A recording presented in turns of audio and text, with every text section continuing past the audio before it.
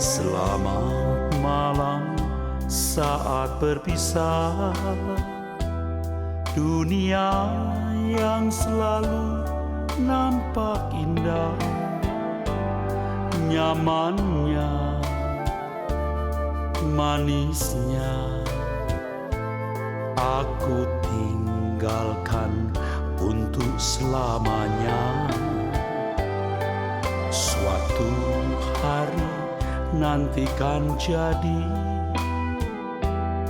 mentari takkan bersinar lagi, suasana mencekam, dunia yang semakin kelam. Tuhan, Engkau mengingat aku waktu alam semesta menderu.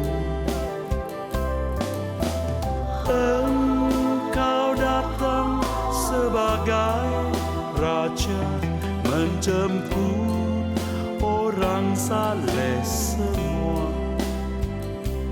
Harimu yang mulia.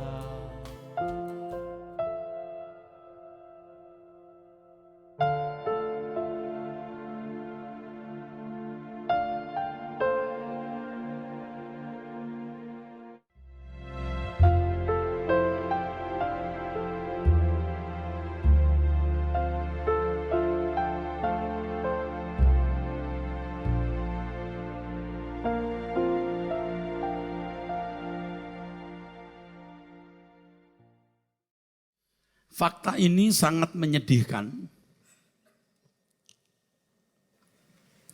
tetapi tidak banyak orang Kristen yang mengenali fakta ini.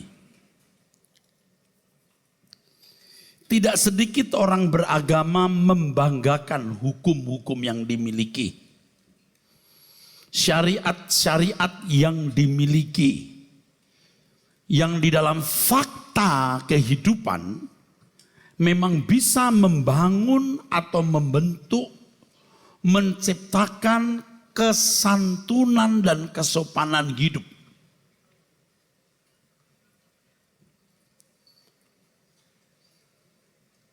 Ada agama-agama yang bisa membanggakan hukum-hukum dalam agamanya atau syariat-syariatnya yang memang dalam fakta dapat membangun, dapat membentuk kesantunan hidup, kesopanan hidup, atau paling tidak yang dipandang sebagai santun atau sopan. Tetapi orang Kristen tidak memiliki hukum-hukum, tidak memiliki syariat. Dan bagi orang Kristen yang tidak mengerti kebenaran ini akan berkata, iya ya, kok miskin amat nih orang Kristen. Kalau ditanya boleh ini enggak orang Kristen, boleh berbuat ini enggak, sulit jawabnya. Memang ada hal-hal yang bisa dijawab secara literal yang ada di dalam Alkitab. Tapi banyak hal yang tidak terjawab. Kalau mencoba menjawab, dia mengambil ayat perjanjian lama.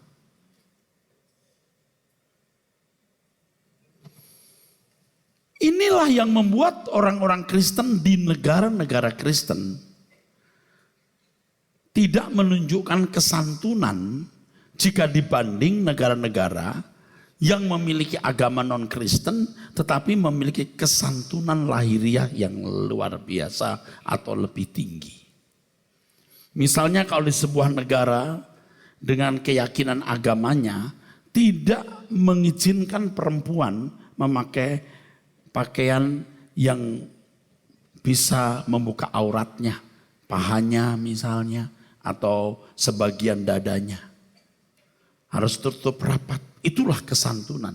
Dan secara logika umum, memang itu yang santun. Logika umum loh. Di barat, perempuan-perempuan bisa enggak pakai rok. Celana pendek, loh ini betul. Sebenarnya kita tidak bisa menghindari hal tersebut, saudara. Tapi kalau mindset kita sudah dikuduskan, kita lihat begitu juga sudah tidak masalah. Waktu Adam dan Hawa masih punya nurani yang baik, atau nuraninya belum rusak, atau nuraninya baru terbangun, mereka tidak melihat ini telanjang. Begitu terbangun sebuah konsep, sebuah paradigma, malu. Jadi saudara harus tahu bahwa buah yang dimakan itu bukan buah fisik. Kalau buah fisik bisa merubah cara memandang, itu jadi mitos Alkitab. Jadi mitos. Pasti maksud buah pengetahuan tentang yang baik dan jahat itu figuratif. Jadi Adam dan Hawa itu harus mendengar dua suara. Roh Kudus atau suara yang lain. Sama-sama terbangun, saudara. Kalau manusia, dalam hal ini Adam, lebih menyerap input dari suara yang bukan dari Allah, nuraninya terbangun dalam bentuk tertentu yang akhirnya tidak mampu mencapai kepekaan untuk mengerti kehendak Allah. Itu kehilangan kemuliaan Allah di situ.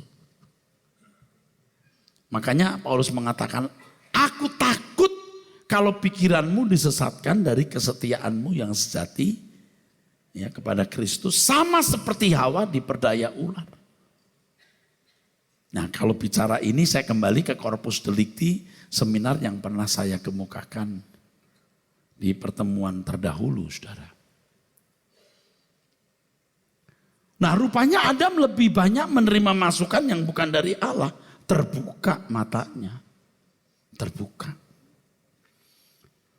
Sama seperti anak-anak ketika kecil telanjang tidak malu. Tapi ketika mulai dewasa malu. Bagaimana dengan suku Amazon atau pedalaman lembah Bilem ya, Baliem. Telanjang dari kecil sampai tua nggak malu. Kenapa? Karena nggak ada perubahan mindsetnya. Coba kalau mereka mulai nonton film, mereka bergaul dengan orang-orang kota yang pakai baju, pakai jas, malu telanjang.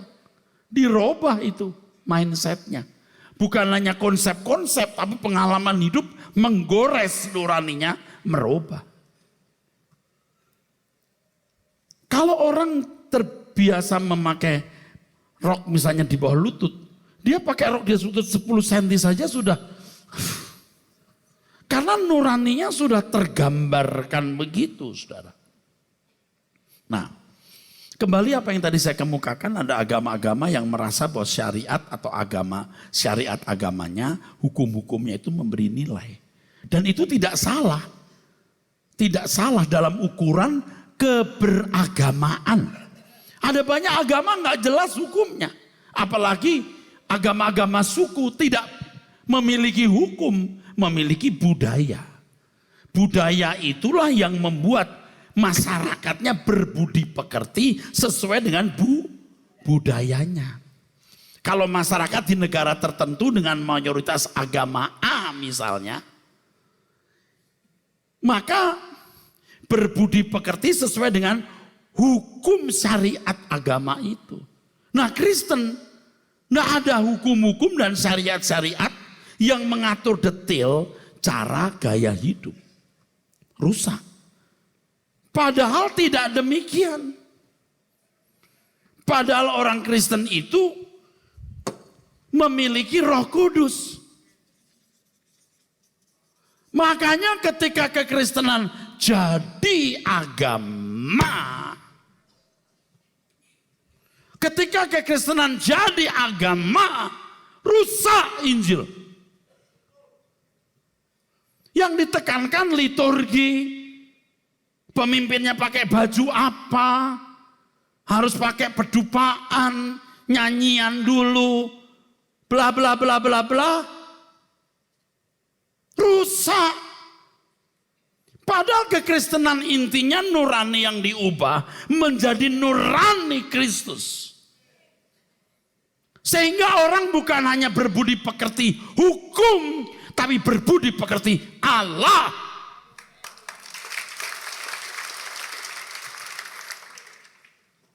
saudara kalau tidak mau berubah, masih dengan cara hidup kekristenan seperti kemarin, sampai selamanya Anda tidak pernah menjadi anak Allah. Ketika Anda mati, Anda tidak akan diterima masuk dalam anggota keluarga kerajaan. Kenapa? Anda tidak memiliki nurani Kristus. Tidak punya phroneo Kristus. Nurani ini yang merumuskan hukum. Yang boleh dan tidak boleh. Tapi bukan secara terinci seperti hukum atau peraturan. Sebab apa? Sebab keadaan itu berubah terus. Jadi yang diberi kemampuan, maksud saya kemampuan yang ada di nurani manusia itu kecerdasan. Kecerdasan. Untuk mengerti kehendak Allah, apa yang baik, yang berkenan dan yang sempurna. Tidak ada rincian ini boleh, ini tidak boleh, ini halal, ini haram. Tidak ada. Tapi kecerdasan bisa membaca pikiran perasaan Allah. Apa yang baik, yang berkenan, dan yang sempurna.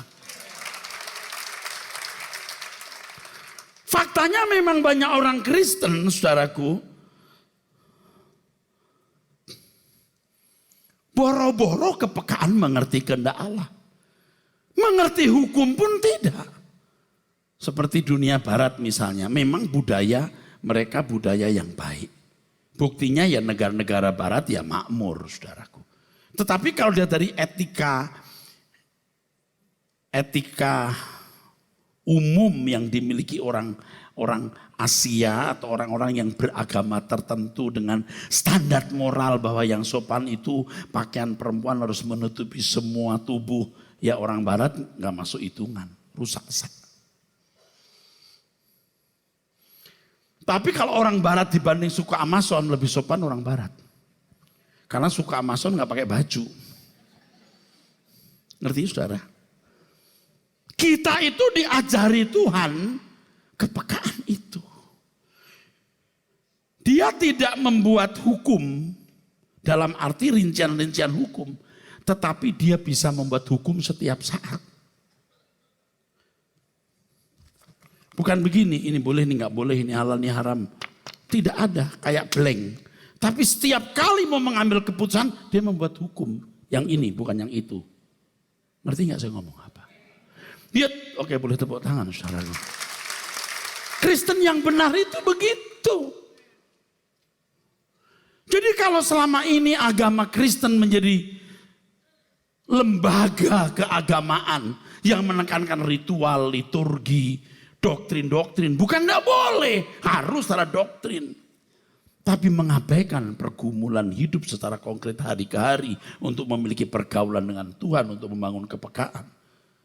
Habis kekristenannya. Dia punya apa?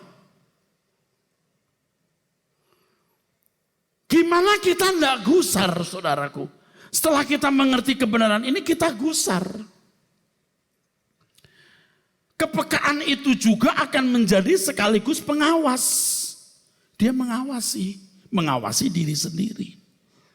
Jadi kalau saudara misalnya berhenti di lampu merah karena lampu merah,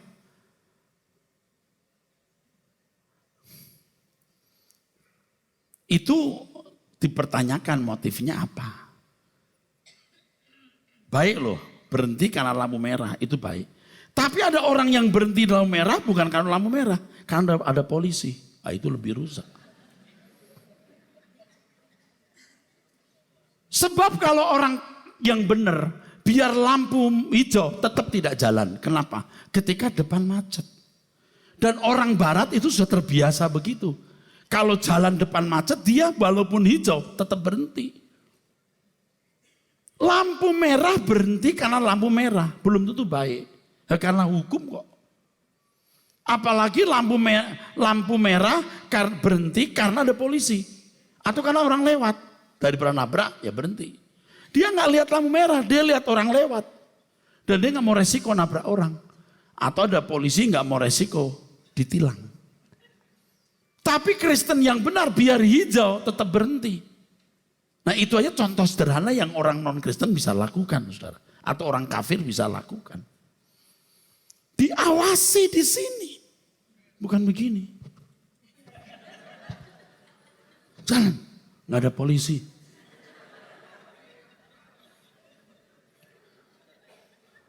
Kalau kita sebagai pria setia tidak mikirin wanita lain, tidak tertarik wanita lain, bukan karena istri.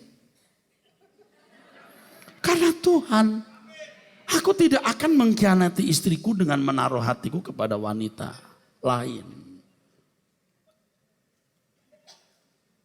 Itu di sini letaknya. Kita mengawasi diri sendiri. Kalau berani, loh cantik amat ya.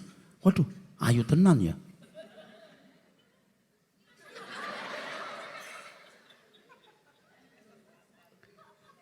Langsung hakimnya bilang, damainya hilang. Damainya hilang. Makanya saudara harus melekat dengan Tuhan. Jangan membiasakan diri merasakan yang kau yakini. Tapi membiasakan diri merasakan apa yang kau alami. Tuhan bukan hanya diyakini, tapi dialami. Dirasa perasaannya. Kalau nesyama kita pelita Tuhan, kita tahu hal ini menyenangkan Tuhan atau tidak.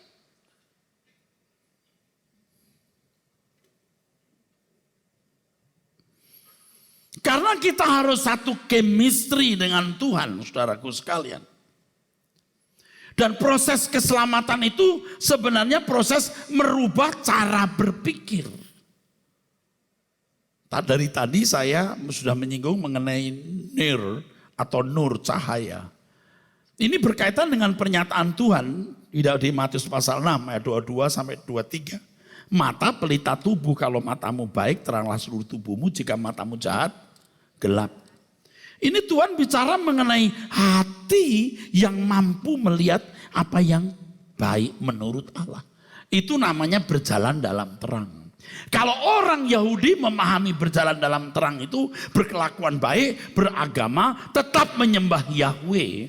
Tetapi kalau berjalan dalam terang, dalam konteks Kristen adalah mengerti pikiran perasaan Allah yang terkait dengan keputusan pilihan hidupnya.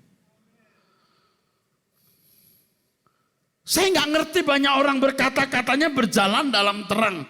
Terang apa? Terang yang bagaimana?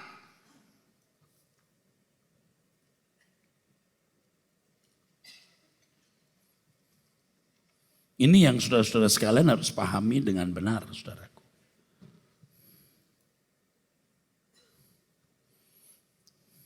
Terus terang ya, saya sedih kalau saya lihat banyak orang Kristen sebenarnya belum memahami kebenaran itu.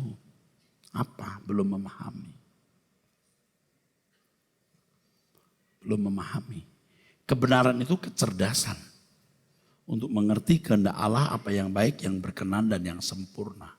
Nah, perubahan nurani dari tidak peka terhadap kehendak Allah menjadi peka dari cara berpikir yang telah kita bangun sejak kecil, yang kita waris dari nenek moyang menjadi cara berpikir Allah. Ini perubahan nurani. Nah, perubahan nurani ini saudaraku sekalian sampai titik tertentu membuat seseorang dikatakan sebagai lahir baru. Lahir baru itu orang yang cara berpikirnya diubah. Untuk lebih lengkapnya saudara mesti mendengar langsung ini saudara, DVD ini. Jadi mengentar orang lahir baru itu berat. Jadi pengalaman hidup saudara itu akan berperan sangat besar. Dan pelayanan dari hari ke hari, dari minggu ke minggu, jemaat Tuhan itu sangat besar. Jadi tidak semua orang yang maju ke depan waktu altar call lalu lahir baru. Dari sekian banyak orang, sekian ribu yang mendengar seminar ini, saya tidak tahu berapa persen yang lahir baru, mungkin hanya 5-3%. Tidak banyak orang yang lahir baru itu, saudara. Makanya saudara mendengar kebenaran ini harus berjuang supaya mengalami kelahiran baru tersebut. Di sini saudaraku. Makanya orang yang lahir baru tidak usah diawas-awasi oleh orang, dia sudah berbuat baik. Nuraninya itu sudah cerdas saudaraku.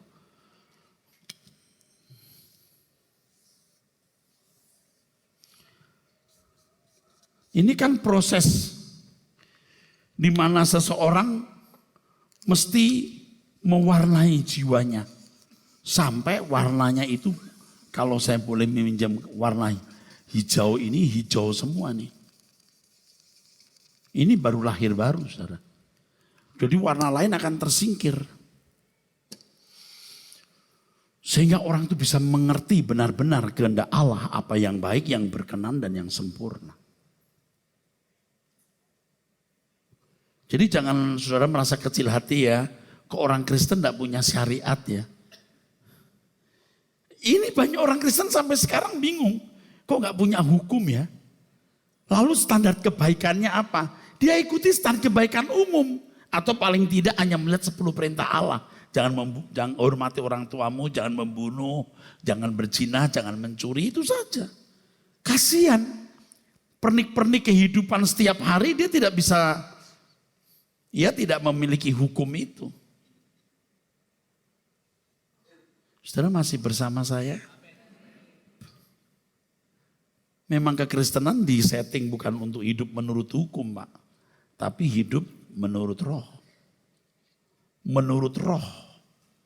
Roh di situ bukan Roh Kudus loh. Jangan salah loh. Spirit yang dihasilkan oleh pimpinan Roh Kudus dalam hidup seseorang. Ini kebetulan kan saya sedang memberikan PA mengenai hal ini. Dan bulan depan khusus mengenai hidup menurut roh. Ini semua nyambung. Tidak boleh saya tunda-tunda lain waktu, nanti bisa lenyap saudaraku sekalian. Nah perubahan ini perlu proses. Perlu proses. Kita mau menghabiskan sisa umur hidup kita untuk sempurna. Oke, baca dulu nanti kita dengar lagi terus. Roma 8 ayat 2 dulu. Roh yang memberi hidup telah memerdekakan kamu dalam Kristus dari hukum dosa dan hukum maut. Nih, saya beritahu saudara. Hukum dosa itu di sini.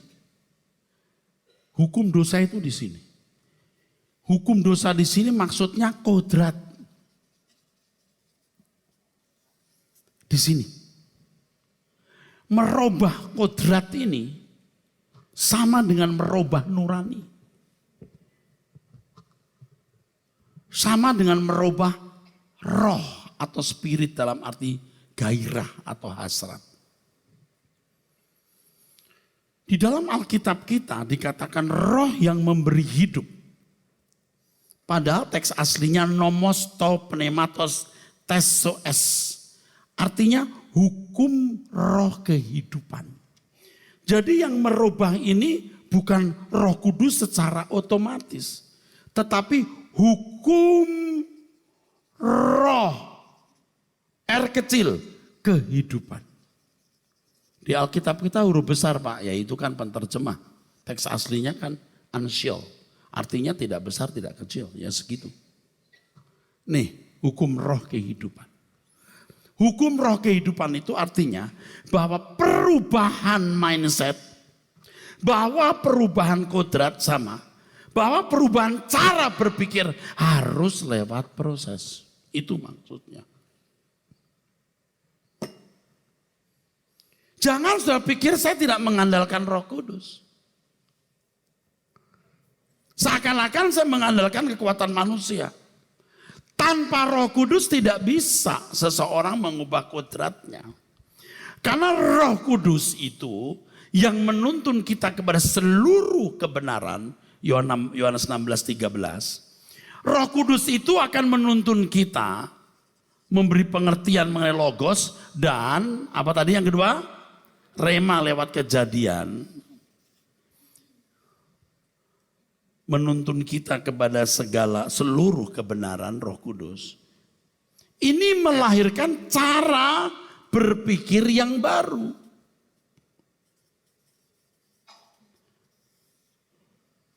Cara berpikir yang baru, kalau pengertian-pengertian ini konsep ya, konsep-konsep.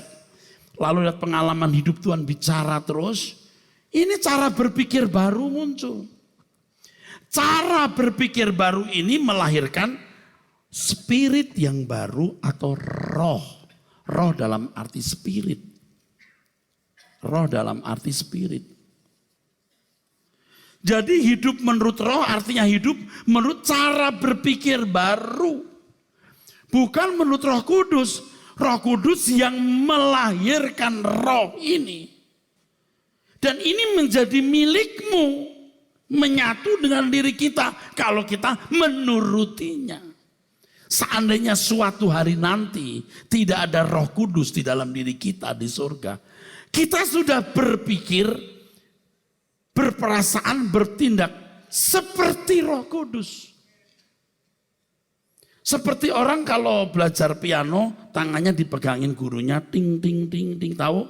Nanti kalau gurunya sudah nggak bimbing, dia sudah bisa main sendiri. Tidak selamanya Roh Kudus berkata, belok kanan, ya, belok kiri, pilih yang itu bukan yang sana. Yang biru bukan yang kuning. Ya terus mundur. Nggak begitu. Kita harus tahu kapan mundur, kapan maju, pilih yang mana. Kita punya kecerdasan. Roh di sini dalam arti gairah, spirit, hasrat, kepekaan mengerti kehendak Allah, kecerdasan memahami pikiran Tuhan. Roh ini. Makanya harus ada perjalanan hidup bersama Tuhan Yesus, bersama Roh Kudus. Itulah proses dimuridkan. Karena proses itu mengarah kepada pribadi Yesus. Bukan pribadi Abraham, Yakub, pribadi Musa atau Yusuf, sebaik apapun mereka. Menjurus kepada kepenuhan Kristus itu, kata Alkitab. Nah, memiliki nurani Kristus, saudaraku. Roh ini dihasilkan oleh perjalanan bersama dengan Roh Kudus. Ketika konsep-konsep disuntikkan di pikiran kita lewat pengalaman hidup kita mendengar Tuhan bicara, cara berpikir baru terbangun. Cara berpikir lama dengan sendirinya tersingkir. Kalau terang datang gelap tersingkir. Nah, roh ini muncul. Ini jadi milik kita kalau kita hidup menurutinya sampai menyatu dengan diri kita. Hukum roh kehidupan ini juga dialami oleh Tuhan Yesus, saudaraku. Jadi Tuhan Yesus untuk mencapai kesempurnaan pun belajar, bukan? Walaupun dia anak Allah, dia taat. Setelah dia mencapai kesempurnaan, dia menjadi pokok keselamatan bagi orang yang taat kepadanya. Mestinya Adam lulus. Kalau Adam lulus, Adam akan melahirkan anak-anak yang gennya sama dengan dia. Milieu lingkungan baik. Roh ini ditularkan Adam kepada anak cucunya. Tetapi Adam gagal. Dia tidak mencapai nurani ilahi. Dia tidak mampu sepikiran seperasaan dengan Allah. Tetapi tetap memiliki pikiran manusia yang harus diberi tools alat untuk supaya tidak rusak, yaitu hukum, peraturan, syariat. Hukum, syariat, peraturan itu untuk manusia yang telah kehilangan kemuliaan Allah.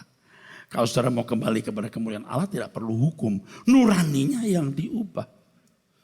Dan bisa punya nurani yang baru kalau kita mengerti Injil. Injil ini kuasa Allah yang menyelamatkan.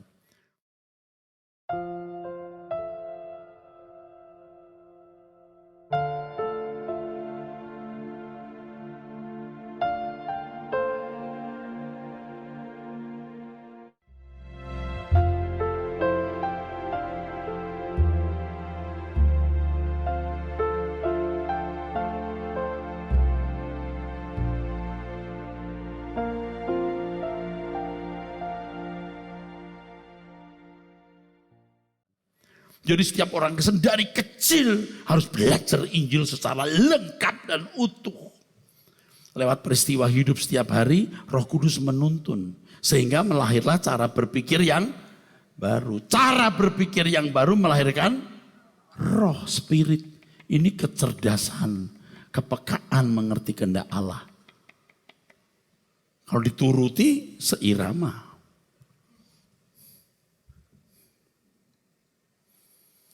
Jadi pimpinan Roh Kudus itu mutlak. Jadi kalau Paulus mengatakan kerjakan keselamatanmu dengan takut dan gentar, maksudnya proses ini. Ini tidak bisa terjadi atau berlangsung dengan sendirinya. Ini proses yang harus berlangsung atau terjadi dalam hidup seseorang setiap hari.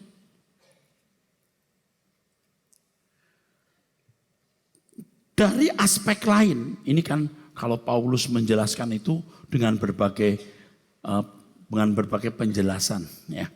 Kalau dari aspek lain, buah dari dipimpin Roh Kudus itu menghasilkan buah-buah roh. Amin. Buah-buah roh. Nah, buah-buah roh itu menjadi milik kita. Yang satu kali kalau Roh Kudus tidak memimpin kita, kita sudah sepikiran dengan Dia. Sepikiran dengan Allah. Tidak ada yang kita lakukan meleset atau keluar dari pikiran perasaan Allah. Betapa hebat kekristenan itu, saudaraku sekalian. Dan inilah yang membuat perubahan secara permanen. Kalau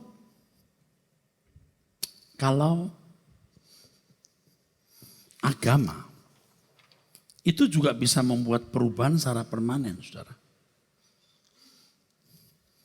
Lihat saya semua. Jadi begini, saudara.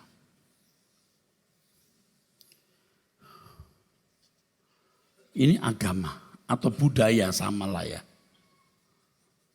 Dengan hukum-hukumnya, dengan peraturannya, dengan syariatnya mewarnai sini. Setahun, 2 tahun, 10 tahun, 15 tahun, 30 tahun, 45 tahun, 60, 65, 70 tahun. Ini permanen. Kalau agamanya itu baik, budayanya baik, ini juga baik, Pak. Bukan nggak baik, baik. Baik. Tapi tidak nyambung dengan pikiran perasaan Allah. Dikunci oleh hukum-hukum. Ngerti saya ngomong apa ini? Dikunci oleh peraturan-peraturan. Jangan begini, jangan begitu, ini halal, ini haram. Jadi baik. Nggak boleh mencuri, betul-betul jujur. Jangan menyakiti orang, betul-betul nggak menyakiti orang. Bisa, bukan nggak bisa, betul. Tetapi kalau Injil, kalau ajaran Tuhan Yesus, kita dipimpin Roh Kudus. Nah, waktu itu berharga sekali. Tidak boleh ada waktu yang sia-sia terbuang. Berharga sekali bagaimana belajar firman. Dari konsep-konsep yang dimiliki ini, orang bisa menangkap suara Tuhan melalui setiap peristiwa yang terjadi. Kalau konsepnya nggak lengkap, Tuhan kasih kejadian apapun dia nggak bisa baca. Lagi pula dia tidak mampu menangkap. Lagi pula dia tidak punya niat berubah.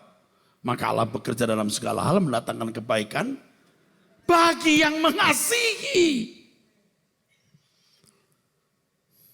Yang dimasukkan ini bukan hukum-hukum atau peraturan. Mengapa Adam diciptakan, kenapa jatuh dalam dosa, apa itu corpus delicti. Itu kebenaran-kebenaran.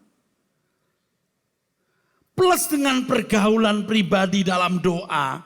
Dia punya kepekaan. Mengerti kehendak Allah apa yang baik, yang berkenan dan yang sempurna. Ini yang namanya roh tadi. Hidup menurut roh artinya hidup menurut spirit, gairah, hasrat yang dikehendaki Allah. Itu kepekaan mengerti kehendak Allah, itu kecerdasan seseorang. Dan kalau seseorang memiliki kecerdasan ini, baru dia lahir baru. Baru disebut lahir baru. Baru dia layak menjadi anak Allah. Yesus menjadi yang sulung. Baru dia memiliki roh Kristus. Artinya seperti Tuhan Yesus taat sampai mati, bahkan mati di kayu salib. Itu hukum roh kehidupan yang dijalani. Kita juga taat sampai kita mati. Nah, kita punya roh Kristus juga, saudaraku. Boleh beri kemuliaan buat Tuhan. Jadi perubahan itu perubahan yang permanen, saudaraku. Perubahan yang permanen. Dipimpin oleh roh, hidup menurut roh itu beda. Dipimpin itu ago. To lead, take with one, to guide. Dibawa, dituntun. Sedangkan menurut roh itu artinya mengikuti, seirama. Roh Kudus menuntun kita. Dari tuntunan itu kita punya irama seperti irama yang dimiliki roh Kudus itu. Nah, itu menghasilkan roh tersebut, saudaraku. Itulah yang namanya, yang saya sering mengatakan, not just to do but to be. Kalau agama kan to do, harus buat ini, harus buat itu. Kalau kita to be itu to be like God, seperti Allah. Dan itu karakter yang permanen. Saya tidak bisa membahasakan dengan kata-kata. Yang tadi saya katakan tadi itu belum lengkap. Saya mencoba membandingkan karakter saya dengan karakter Allah. Dan saya berdiam diri kira-kira sebisa-bisanya. Kira-kira Bapak itu karakternya gimana ya? Sempurna seperti Bapak. Lemah lembutnya, ketegasannya terhadap dosa, pengertiannya. Lalu saya membandingkannya dengan Tuhan Yesus. Waktu menjadi manusia, bagaimana kelemah lembutannya, tapi juga ketegasannya terhadap dosa. Kepeduliannya terhadap orang lain. Aku masih jauh, Tuhan. Aku mustahil bisa mencapainya, Tuhan. Tetapi apa yang mustahil bagi manusia tidak mustahil bagimu. Aku minta tolong Tuhan. Makanya tidak boleh ada sesuatu yang kuhasrati dalam hidup ini selain ini. Udah kita memilih ini. Baru-baru ini saya merenungkan terus. Kalau kita bisa atau boleh menjadi anak Allah yang punya segala kuasa, kemuliaan dan kerajaan. Lalu apa yang kita mau butuhkan lagi? You mau butuh apa lagi? Kalau saudara diangkat anak oleh misalnya Ratu Inggris saja. You mau perlu apa lagi? Dengan warisan yang triliun itu. You mau perlu apa lagi? Bayangkan itu. Nah, kalau kita mengerti hal ini, kita baru sadar bahwa yang kita butuhkan hanya mengerti kehendak Allah dan melakukan kehendaknya. Yang kita butuhkan sepikiran, seperasaan dengan Allah. Nah, ini saya tambahkan satu hal, dan ini jadi bahan pemikiran yang lain waktu saya khotbahkan secara khusus ya. Kalau di banyak agama pada umumnya, keunggulan Allah yang mereka sembah itu bertalian dengan kedikdayaan. Kedikdayaan, apa itu? Kedikdayaan ya, kekuasaan fisik. Kekuatannya, keajaibannya. Kalau Kristen yang tingkat tinggi, dia sudah gak main di alam kedikdayaan, tapi main di alam roh. Sepikiran, seperasaan dengan Tuhan. Itu sudah bukan wilayah kita lagi. Oh, Allah itu luar biasa, dahsyat. Oh, itu sudah bukan wilayah kita. Bukan wilayah. Anak Allah itu wilayahnya itu bagaimana sepikiran, seperasaan dengan Allah. Soal yang lain itu gak masalah. Allah punya berjuta malaikat untuk bisa mengatur hal-hal begitu. Makanya kalau sudah berpikir Kristiani yang benar, saudara tidak akan membawa diri saudara kepada hal-hal yang bersifat kedikdayaan itu. Enggak lagi. Tapi harus bertanggung jawab dalam hidup. Artinya kalau mau cukup punya uang ya kerja keras, mau sehat ya jaga pola makan yang baik. Itu mah gampang sekali mestinya. Cuman irama tubuh jiwa kita ini sudah rusak. Seringkali masih terseret dengan cara-cara hidup yang salah. Makan, pola hidup yang tidak baik. Dan ngomong yang sembarangan gitu-gitu. Miskin ya, tapi kita belajar untuk berubah. Kita beri kemuliaan Tuhan Yesus. Masing-masing saudara itu kan punya kepribadian ya. Punya kepribadian yang khusus, yang khas. Kalau saudara lahir sebagai orang keras ya pasti keras. Ya. Tapi kerasnya positif. Orang bilang kok keras amat tapi positif. Ini tidak bisa dijelaskan dengan kata-kata saudaraku.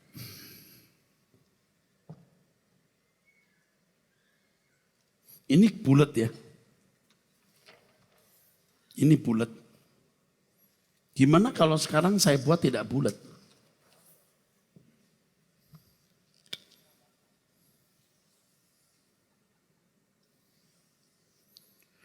Ini mata, telinga, ini jiwa. Tapi bentuknya ini begini. Nesyamahnya bentuknya begini, ini kepribadian. Kalau itu nggak bisa ditulis, saya nggak tulis. Tapi yang lain bentuknya begini, beda. Bentuknya yang lain begini.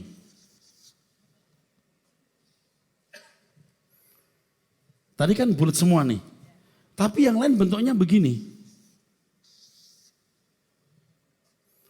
Bukan masalah, yang penting isinya. Bukan masalah dia keras atau lembut, tapi bagaimana isi kerasnya atau isi lembutnya. Beri kemuliaan buat Tuhan. Ngerti nggak saya ngomong apa? Kepribadian itu diwariskan dari orang tua. Itu Allah yang menentukan. Anda nggak bisa bilang aku mau lemah lembut kayak ibu itu. Ibu mana? Ibu Tukinem. Nggak bisa. Kamu ibu Tumiar. Tumiar Silalahi. Itu orang Wonogiri. Penampilan orang Wonogiri beda dengan orang Balige. Tapi nggak masalah. Apakah seperti orang Wonogiri atau orang Balige. Yang penting isinya. Jadi lemah lembut itu tidak harus boten, nggak harus, nggak boleh lah. Yang penting kan isinya. Seperti yang saya kemukakan sering itu ya. Kalau orang Batak bilang, kalau orang Batak marah, itu kan dengan orang Jawa beda. Cuman yang lebih lembut. Misalnya orang Jawa marah karena ada anak ugal-ugalan naik motor atau naik sepeda. Kalau orang Batak, unang morojong-lojong bah. Jangan lari-lari begitu. Terus yang lagi naik sepeda dengerin, tulang marah. Terus dia jadi pelan-pelan. Ada bus lewat. Untung tulang tadi mengingatkan aku. Tapi kalau Mbah Kromo bawa mobil, asu tenan. Dia nggak teriak, cuman asu tenan. Modar kue. Bener dia begini, biar modar bener. Kira-kira mana yang lebih baik? Kepribadian saudara itu beda masing-masing. Saya membedakan itu, personality-nya itu beda-beda. Karakter itu bicara mengenai ekspresi dari isi nurani. Wah, wataknya begitu. Kok kamu tahu? Tindakan itu kan disebut watak kan. Padahal watak itu lahir dari nurani, isi nuraninya. Jadi jangan berkata, kasar amat sih negara orang. Mau yo pakai lemah lembut. Lemah lembut gitu loh. Najis. ngomong kok kenceng-kenceng ngono, yang lembah lembut itu iso. Orang lemah lembut malah ngono. Tapi begitu si bocah tabrak mobil jebret. Tulang bilang, aku lemah lembut apa? Itu yang lemah lembut si tulang ini.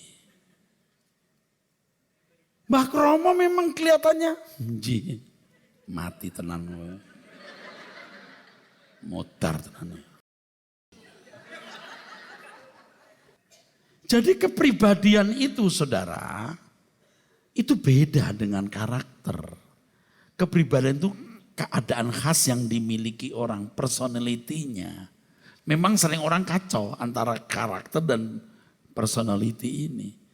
Nah kalau agama kan bisa melihat personality ini seakan-akan sama dengan karakter.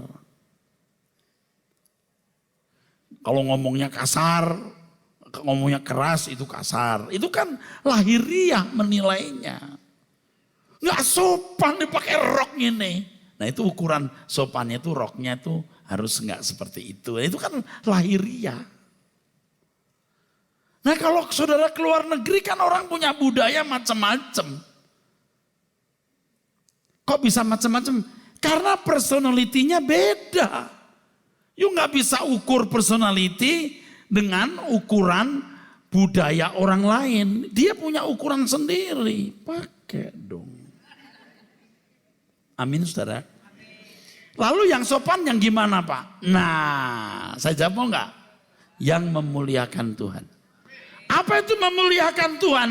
Yang menggiring orang menjadi anak-anak Allah yang seluruh perilakunya selalu sesuai dengan pikiran perasaan Tuhan.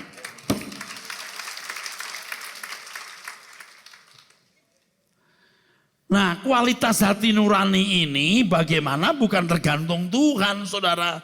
Tergantung masing-masing saudara. Kalau personality ini apakah bentuknya begini, apakah bentuknya begini, apakah bentuknya bulat, apakah bentuknya begini, apakah bentuknya kotak. Ini tergantung masing-masing saudara.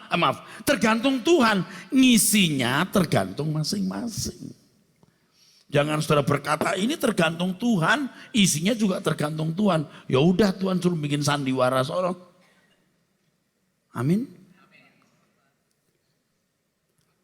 Dan setiap saudara ini punya keunikan atau kekhasan yang luar biasa. Jangan saudara berkata, aduh aku kok gak lemah lembut kayak ibu itu ya. Loh, lemah lembut itu apa? Ibu itu kelihatannya lemah lembut, itu cuma di depan orang. Itu kalau di rumah itu pembantu dibecek-becek, seperti cabai diulek. Itu ketahuannya di rumah. Waktu dijalankan, ya jeng, baik jeng, onje. Tapi di rumah, sini. Tolol. Itu begitu. Ibu-ibu itu begitu. Yang di sono.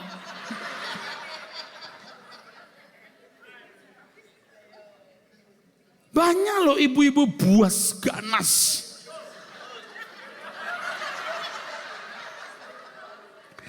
Memang waktu di gereja semua seperti domba. Itu pun domba kelu dibawa ke pembantaian. Jadi nurut gitu. Suaminya bilang duduk sini mam. Ya Pak. Di rumah, wah suami yang diginiin.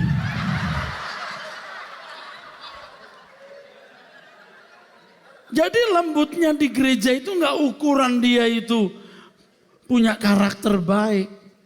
Dia cuman bunglon. Nah di dalam buku mengenai nurani nanti ada pembahasan mengenai dua suara. Kita itu punya suara yang kita bangun dari kecil. Itu cerdas. Misalnya begitu ketemu orang tertentu. Ayo kamu buat begini. Suara itu bicara. Ayo kamu pura-pura kamu senyum. Ya Pak. Salamin dengan nunduk. Pakai nunduk tapi. Ya Pak. Ngerti gak sudah? Itu suara. Itu dinurani. Makanya ibu-ibu yang tadi itu, waktu ke gereja, hati-hati loh kamu di gereja. Dilihat semua orang. Ada pendeta tuh. Sebelah sana itu majelis. Kamu ingat, orang gereja berkata, istri tunduk kepada suami. Kau berani gak tunduk, kamu gak dipandang sebagai manusia. Tunduk. Makanya dia mainkan perannya.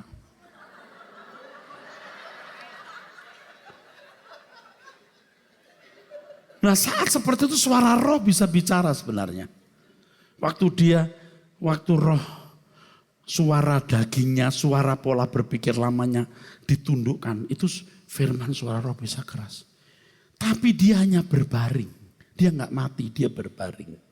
Dia pura-pura tidur. Belum sampai lift, baru depan.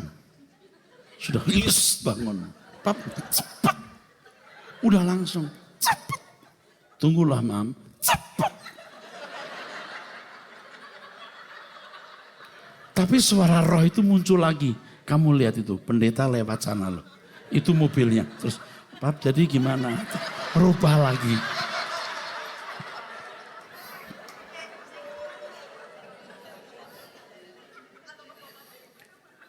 Kalau, ya ini benar suara itu. Kalau pria-pria yang hidung belang ya, yang hidungnya ada belangnya. Dia begitu lihat wanita, tuh lihat kamu lihat. Kamu deket-deket, jaraknya jangan jauh-jauh. 2 meter, 2 meter. 2 meter. Kamu senyum. Kamu tanya, kasih tanya. Kayaknya kita pernah ketemu deh. Padahal gak pernah ketemu. Emangnya siapa yuk? Maaf ya, aku minta maaf. Kayaknya udah pernah ketemu kita. Oh sorry, aku punya teman kayak kamu loh, cantik. Itu suara cerdas. Kalau dia pegawai, pemerintah. Kalau orang mau punya proyek boleh Pak. Tapi ya ngerti lah ya. Gaji pegawai sekarang rendah lah, yuk pengertian lah. Nanti saya bantu lah. Ya. Tapi ya pengertian lah ya. Dia cerdas untuk ngakalin orang. Ini suara-suara itu muncul, you punya suara itu. Tapi kalau kita dipimpin Roh Kudus, kita cerdas dalam segala situasi.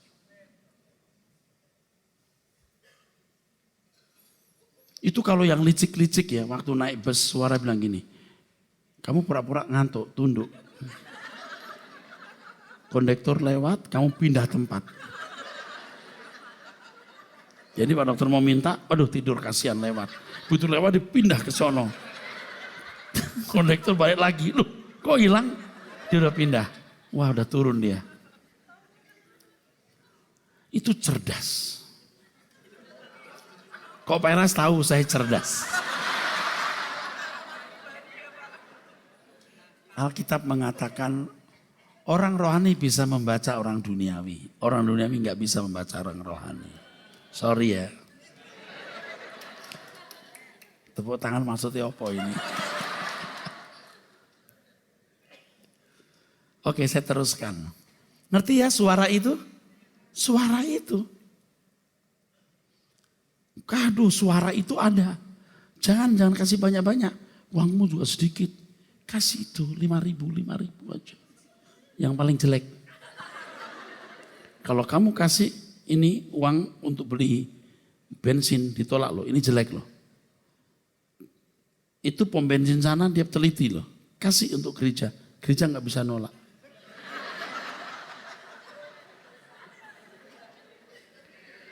Udah 5.000 pakai hancur lagi. Jadi kasihan tuh majelis dia ngelemin gitu. Dia setrikain. Akhirnya istri majelis kalau ke gereja bawa setrika. Majelis yang lain nanya, loh Bu kok bawa setrika? Emangnya Bapak nanti ganti baju? Enggak. Kok setrika dibawa? Adalah Pak. Ibu jujur aja untuk apa? Setrika uang.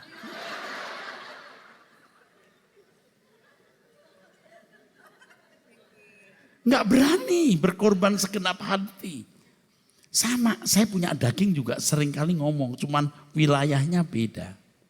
Tuh Tuhan nggak kedengeran kan? Nggak kelihatan kan? Kamu juga harus bertindak begini begitu. Saya lawan, percaya bukan karena melihat. Zaman aniaya dulu Tuhan juga seperti tidak ada. Harus percaya Allah hadir. Aku menaruh percaya kepada Tuhan yang tidak kelihatan. Aku mencintai dia walaupun dia tidak menyentuhku. Tapi aku menyentuh hatinya. Saya lawan terus. Nah orang-orang bodoh itu ya diseret oleh suara-suara yang salah di dalam dirinya itu, saudaraku. Nah nurani di sini, waduh bermain saudaraku. Suara di dalam hati nurani saudara itu lahir dari filosofi. Cara berpikir yang cerdik, cerdiknya cerdik menipu. Cerdik ngakali untuk menyeret orang kepada kesalahan. Bahkan keramat-tamahan yang kita sering lakukan itu keramat-tamahan yang sebenarnya itu menipu. Tidak tulus. Hati-hati. Seperti misalnya begini. Kan kalau kita ketemu orang, kita cukup berkata, selamat pagi Pak. Tadi jam berapa datang? Setengah 7. Nggak usah, Pak. Shalom Pak, haleluya Pak, shalom. Tapi pendeta itu pintar begitu karena sudah terbentuk pakai diplomasi begitu. Saya juga begitu saudaraku. Lama-lama saya lihat diri saya, loh kok kayak dakocan. Kok berakting begini? Sadar enggak benar saya. Nah suara-suara itu perhatikan nanti muncul deh. Nanti muncul. Anda duduk aja muncul. Alah pendeta bohong kali itu. Ya bohong dia. Rusak loh saudara, so diem dulu. Diem. Ini tulus ini. Misalnya ya. Saudara, misalnya antri. Kamu jangan ambil satu. Enak loh wedang jahenya. Ambil 2. Bilang untuk istrimu. Iya betul istri. Kalau istri di rumah. Itu kecerdikan begitu loh. Ngerti gak? Dengar suara itu harus dideteksi lalu diantisipasi. Tidak boleh mengalir saja. Oh kita mengalir. Tidak bisa mengalir.